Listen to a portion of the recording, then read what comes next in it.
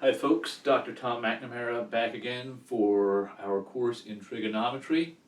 In our last video we had discussed the concept of radian measure for angles, and the analogy I used was it's like two different systems of measurement for angles. Just like we have different systems for measuring length. We could measure length using the customary system, feet and inches, or we could measure length using the metric system like meters and centimeters. Okay, so it's probably best to just, if you're in one system, just stick to that system. Don't convert back and forth in a single problem. We're going to kind of build on that in this video because we're going to talk about arithmetic with expressions that involve pi. So we've already done this a little bit. So if we just look at a quick example, if I were to convert 120 degrees to radians, well, this is a pretty quick one. We just take our conversion factor,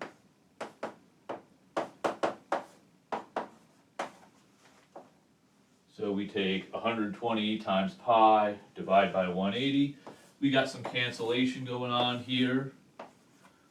The 120 and the 180 both have factors of 60 that can be canceled out, so 120 degrees is equal to 2 pi over 3 radians. Now, what I really wanted to talk about in this video is doing stuff like adding angles in radians. And of course, we know what it means to add angles, a geometric interpretation. If I were to, let's say, rotate through an angle of 90 degrees, and then rotate 30 degrees more, well, we would expect that total action would be equivalent to rotating through an angle of 120 degrees. Okay, so, and of course, with degrees, it's obvious how we add the angles. So, let's see how that would work in radians. Okay, so 90 degree rotation would be equivalent to pi over 2 radians. You can use the conversion factor if you want. Okay, but just believe me, those are equal. 30 degrees is pi over 6. Okay, so now right here, we see it should work out to pi over 2 pi over 3, right? But let's make sure. Let's do some computations here. Okay, so you're adding fractions. What you need to do is get a common denominator. Of course, whenever you're adding fractions, you need a common denominator. Okay, 2 and 6. You have to come up with a number that both 2 and 6 divide into evenly. Here it's actually very easy. They both divide into 6 evenly. So our common denominator should be a 6. This already has a factor of 2, so we're partway there. We just need to hit it top and bottom with a factor of 3. All right. Once you have your common denominators, you can combine your numerators over that common denominator. So pi over 2 plus pi over 6. Well, pi over 2 is equivalent to 3 pi over 6. You got your common denominator of 6, 3 pi plus 1 more pi gives you 4 pi. And of course, factor of 2 cancels, leaving us with 2 pi over 3. So it agrees with what we were seeing in the degree case. So when I'm doing this, when I'm doing work with these expressions, I almost treat the pi like it was an x. You're combining like terms. Okay, obviously pi is not a variable, it's a constant, but the same rules apply. Okay, if you got 3 pi plus an additional pi, that's 4 pi. Don't bother putting this type of stuff in your calculator. Just do the arithmetic and leave the expression in terms of pi. Okay, now, in our last video, we did talk about dealing with the trig expressions when our input was measured in radians rather than degrees.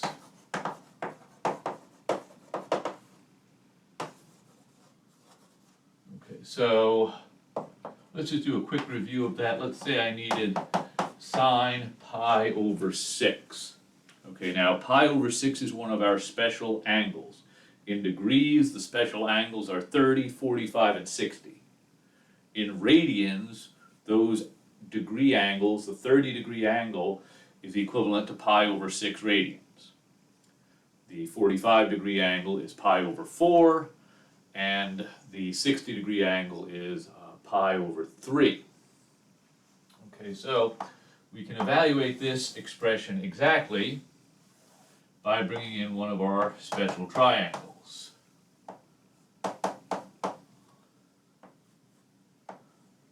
Okay, so that's a 1, that's a 2, that's a radical 3. The pi over 3 opens up onto the radical 3. Okay, so if we're talking about pi over 6, opposite over adjacent, pi over 6 is 1/2. Okay, so, well, that's easy enough. That's something we had already talked about. Let's do another example where we have to do a little bit of work here. So let's evaluate this. Let's do 3 times cosine of 2x plus pi when x is equal to pi over 6. This expression right here, this kind of expression, is something that we'll see a lot later on in the course. It'll be very important when we talk about applications of trigonometry to modeling periodic functions. But right now, let's just focus on doing the arithmetic with the pi. Okay, so we're going to replace the x in this expression with pi over 6. And the order of operations is kind of important. We're going to figure out what that expression in the parentheses is equal to first. Okay, I'm sure you're familiar with the rules of algebra, right? You work in the parentheses first, then we're going to take the cosine of whatever we get there, and then lastly we're going to multiply by 3. Okay, so 3 times cosine of 2 times pi over 6 plus pi.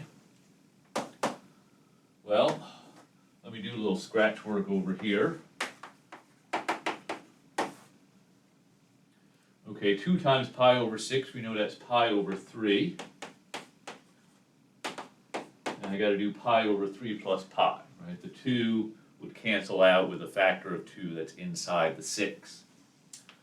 Okay, so once again, common denominator. Right, we would treat that as pi over 1. So this is 4 pi over 3. So 3 times cosine 4 pi over 3. Now, how do I evaluate cosine 4 pi over 3? Well, I'm thinking of angles in standard position here.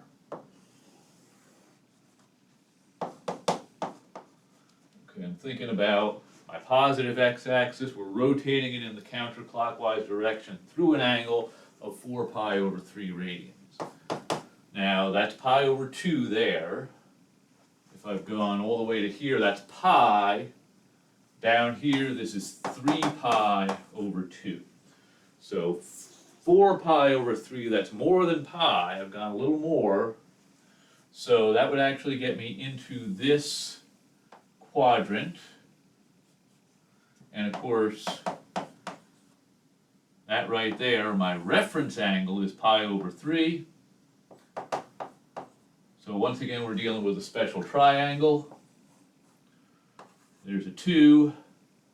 The pi over 6 is the smallest angle. It opens up onto the smallest side. There's my radical 3. So if I'm talking about the coordinates of this point, I went to the left, 1 unit, x-coordinate -1. I went down, radical 3 units, y-coordinate negative radical 3. We're talking about taking the cosine of this angle, so x over r. So 3 times -1/2, -3 over 2.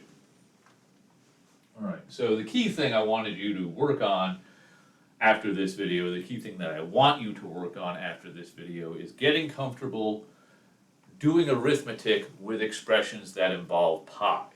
So the way I think about it, my advice is just treat the pi like it's a variable and you're combining like terms. If you got 2 pi plus 3 pi, that's 5 pi. Don't bring your calculator into the mix here, okay? Just do the arithmetic like you would in sort of elementary algebra, okay? And just remember also, if you've got expressions that involve fractions, get your common denominator, combine the fractions, okay? So arithmetic with expressions that involve pi, it's very handy now that we are dealing with angles in radian measure.